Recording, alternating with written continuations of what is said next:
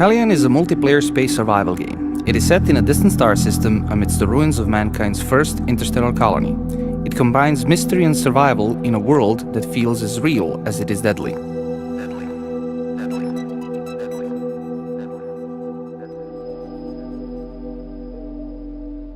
HELLION is a fully modeled solar system with multiple planets, each with its own set of moons and accompanying asteroids.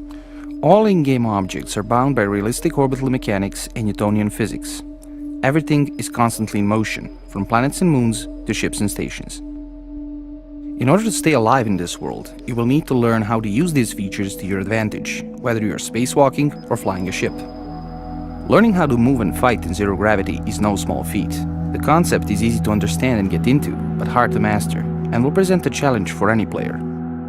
When you pilot a ship, using the orbital mechanics to efficiently navigate the system or exploiting inertia to dock with a moving station is paramount to success. You will need to master scanning and navigation, as well as your three basic propulsion methods: RCS, main thrusters, and warp.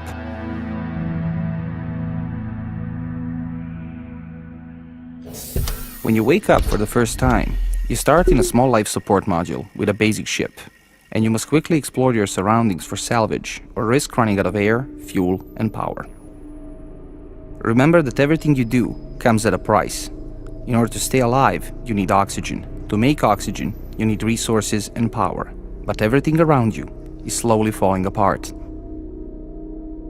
All ships and stations have systems and subsystems that require regular maintenance or they break down. Most systems have critical parts that can malfunction and render a system completely inoperable. The only way out of this situation is to find and replace a defective part. Exploration and salvage play a big part in the game. Spacewalking through derelict ships and stations is how you initially survive, and it is also a way to obtain tools, resources, new weapons, and other equipment. Another thing that is available to you is mining asteroids for raw resources. You need tools, a ship, and a suitable chunk of rock. It is time-consuming and requires you to leave the safety of your ship, but is far more reliable when looking for a specific resource. Keep in mind, however, that all resources require processing before use. This is how you turn ice and various rocks into fuel and oxygen. Building an outpost or a base in HELLION is no easy task. Players will come across salvageable station modules like reactors, hangars, life support units, and various corridors or airlock systems. All of these can be added to your station, and there is no limit to the number of modules you can add, as long as you have enough resources to sustain them.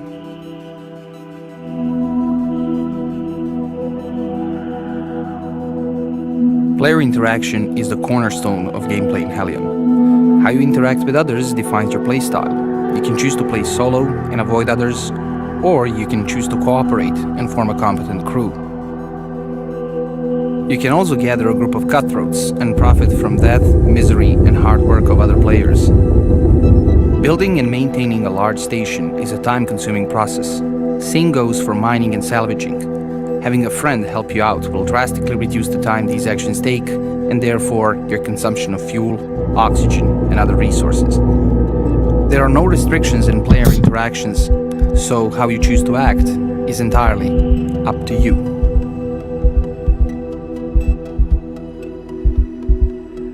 Hello everyone, and welcome back to the world of HELLION. I'm Miloš Živković, a story writer here at Zero Gravity Studios, and this time we want to share with you our second gameplay video. This video is about to focus on new gameplay elements and player cooperation, or what happens when they are not trying to shoot each other and take over the ship.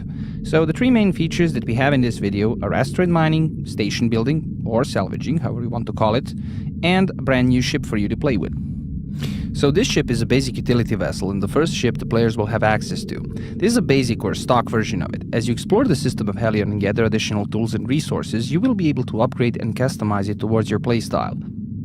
Mining is the first new feature that we wanted to demonstrate in this video, so we need to prepare our characters for exposure to vacuum and equip them with appropriate tools for the task at hand.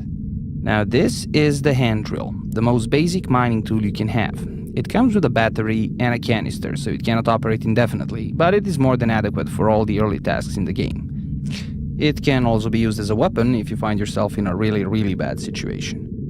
Don't worry, we do not expect any bloodshed this time. The new captain made sure everyone was unarmed for the mining trip. After all, he knows exactly why they are one man short. There are several different ways in which you can obtain the resources you need to survive in the system, from harvesting the atmosphere of a gas giant to salvaging and asteroid mining. The game will feature different asteroid types that vary in shape and size, and available resources.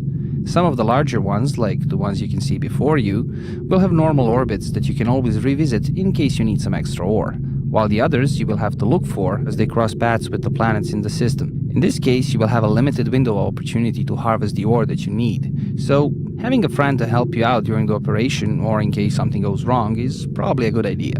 Remember, you're not the only one looking for resources out there. This time, however, our crew is not at all worried that someone might show up and crash their mining party, so they get right down to business.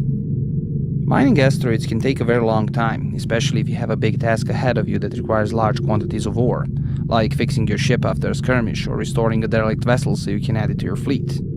An operation like that would require several trips back to the ship and use of multiple storage canisters, so you might want to improve your equipment before undertaking it.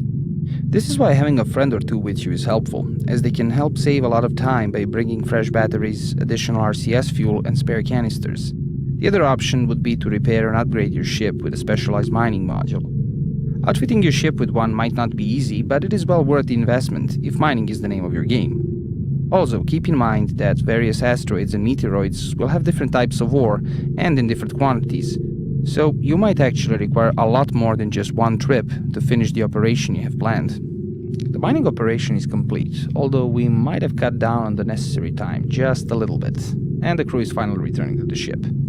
Now, in the following part of the video, we will focus our attention at station building in the world of Hellion, but before we do that, we can use this opportunity to show you a bit more of the ship. It is faster and slightly more maneuverable compared to other ships in the Altair Corporation's fleet. It has a large cargo hold and an aerodynamic hull designed for harvesting gas giant atmosphere. It also features a top-mounted airlock that can be used to dock the ship directly to other stations or with other Altair Corporation vessels. With the crew safe and sound aboard the ship, we can move on to the next part. Base building in Hellion is a bit different from other games. The system is a wasteland full of ruins and derelict ships, so we wanted to shift the focus from building new to repairing and restoration of what was once destroyed. Throughout the game, you will find many sites like this.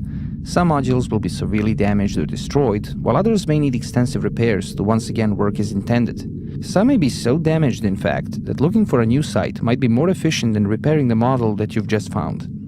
Finding these sites is not an easy task, so you might need to look for hints or clues on sites that you do manage to find. Once the players have located a site, the next step is exploring it for useful equipment. Keep in mind that even if a module is unusable, some of its components may be intact and useful for maintaining your own station in proper condition.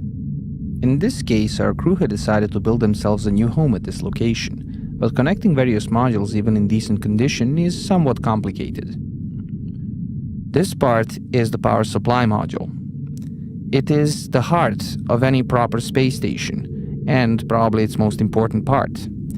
To connect the modules to the existing station, or build a new one, the players will need to access the module's built-in RCS system. The RCS system is used to maneuver the modules in the correct position so they can be linked to other structures via standard docking ports. These ports are compatible across all Altair ships and stations, allowing a simple, fast and easy connection between different pieces of equipment. One of the players is going to inspect the module, and we will use this opportunity to show you the interior and talk about its operation and purpose in greater detail. Its entrance is a standard docking port that can be used to connect to other stations. It is in standard zero gravity, but as soon as you step through the door, the gravity will kick in, if the module is of course operational.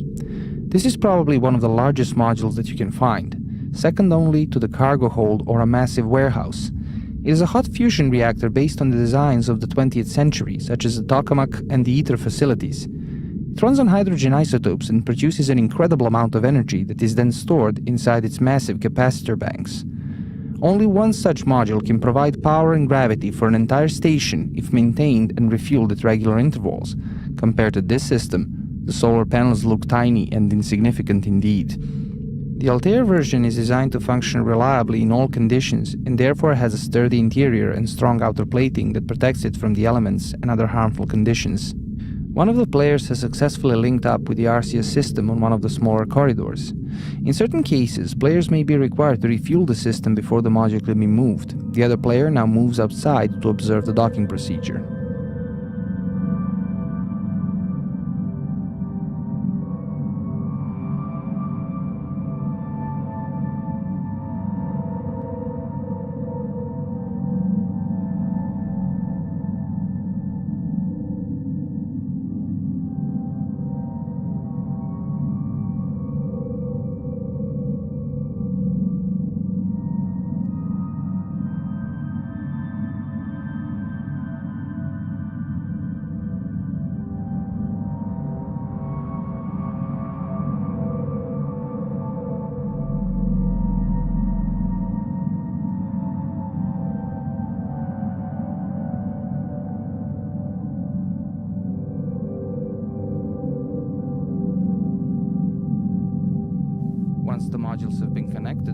player can move freely between them.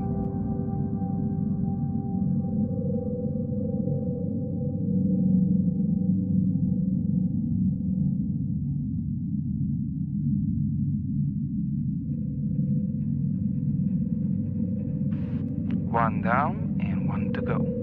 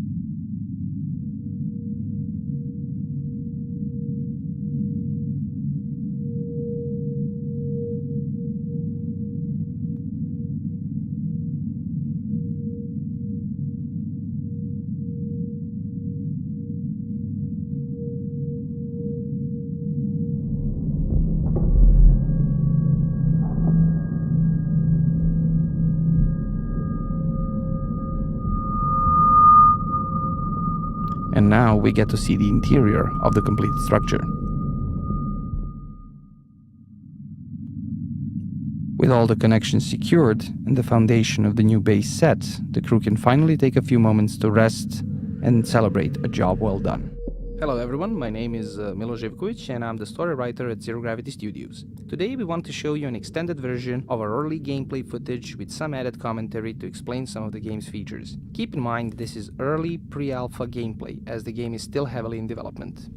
The players wake up in their cryopods inside the ship's cryobay. This is basically how the game starts. You find yourself inside a cryopod, either an outpost or in a ship, and you need to find a way to survive. So here we see the crew splitting up into two teams. One team is going over to the bridge, while the other team prepares to leave the ship for exploration. As the players enter the bridge, you can see a small outpost on the left and a huge gas giant planet we call Betier on the right. Now the captain is going to take command of the ship by sitting in a pilot's chair, and what he's basically going to do is move the ship a little bit closer to the outpost in order to make the EVA trip a little bit easier for the other team. Now, both the station and the ship are in orbit around the planet in a solar system of 1/3 of real scale, so the gas giant is around 50,000 kilometers across. Now, since the distance between the ship and the station is relatively small, the captain can pilot manually without any problems. However, if the distance were any larger, he would need assistance from the ship's nav computer to match the orbital velocity, as both the ship and the station are moving at extreme speeds around the planet. Now, in the meanwhile, the other team is preparing to leave the ship and enter the hard vacuum of space. Therefore, they are putting on their pressurized suits, helmets, and taking with them their jetpacks, so they can maneuver a little bit easier in zero-gravity environment. The pressurized suits the players have on are not really designed for prolonged exposure to the vacuum and radiation of space. They come with their own oxygen supply, but the jetpacks have a very limited fuel supply. That is one of the reasons why the captain moved the ship that close to the station, to minimize the risk to his crew. In order to leave the ship, the players need to approach the airlock, then cycle the air, and finally go outside. Now, as you can see, one of them just entered zero gravity. The ship has artificial gravity generators, but the airlock and several other corridors are in constant zero-G. This is mainly to make transitioning between environments easier. The ship's controls allow for manual gravity adjustment throughout the entire ship or just for specific rooms. Gravity can also fail as a result of a malfunction, which would basically put everything in a weightless state. Now, one of the players is about to initiate air cycling within the airlock. Now, as that lever is pulled, you can see how the pressure bar begins dropping. The ship's life support system is pumping the air out of the room in order to equalize the pressure with the outside. Without doing so, the decompression would throw both players outside uncontrollably. Not only would they need to expend fuel to stabilize, they would also waste some of the ship's precious atmosphere, a very valuable commodity in space. Now, with all preparations complete, they leave the safety of their ship. So, this is another big feature of the game, the seamless transitions. As you can see, the player simply moved from the airlock to the outside. This is also true for all objects within the game. There are no loading screens in this game. You can move freely from the ship to the outside, into the station, without any restrictions. Now as the players are approaching the station, you can see that the outpost has an airlock very similar to the one found on their ship. This is what is usually used as a docking port, but since the outpost seems to be running on emergency power, docking the ship with it might not be possible. So the two of them split. One is going to stay outside and search for a way to restore power to the station, while the other one moves inside and tries to see if the life support system was still running on emergency power. Because if it was, it would mean that the station still has some breathable air left that they can use instead of their own suit supply. So it would seem that the life support system on the station is still running and the air is being pumped back into the airlock, but without restoring the power, it might not be possible to move further. It seems that the player on the outside has found a way to deploy the station's solar panels, restoring power to the station. Now, this is one of the features of the game. Most problems will not always be obvious. Sometimes you will actually have to search for a way to repair a ship or a station before you can explore.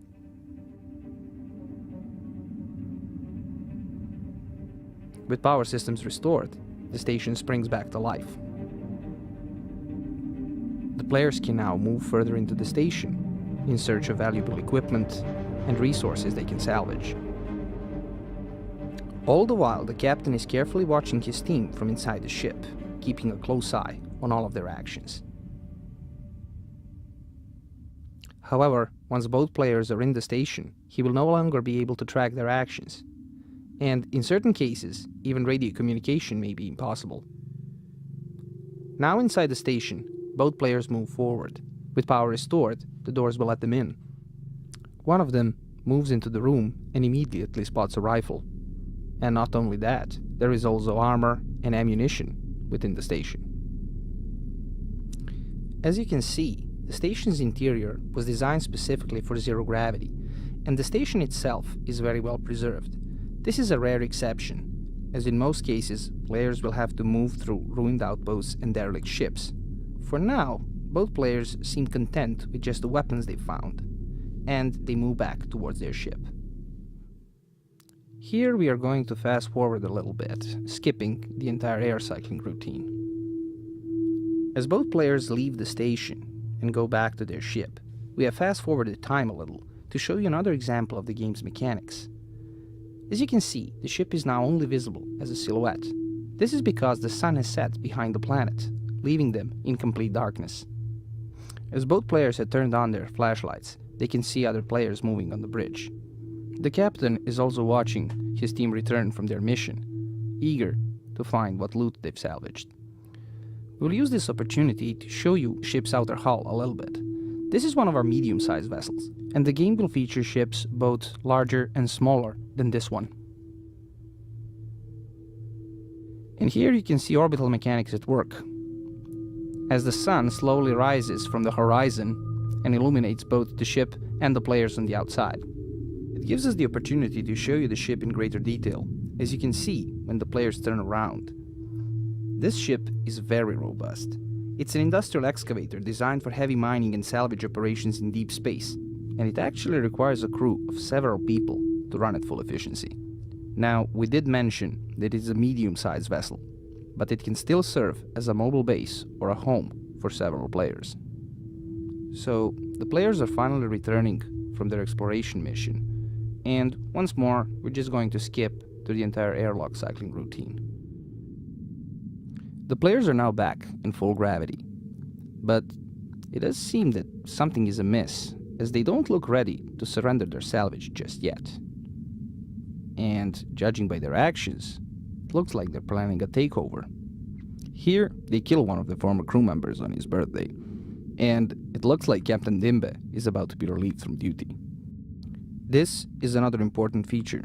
There are no artificial limitations for player interaction, because in the world of HELLION, you live or die according to your choices.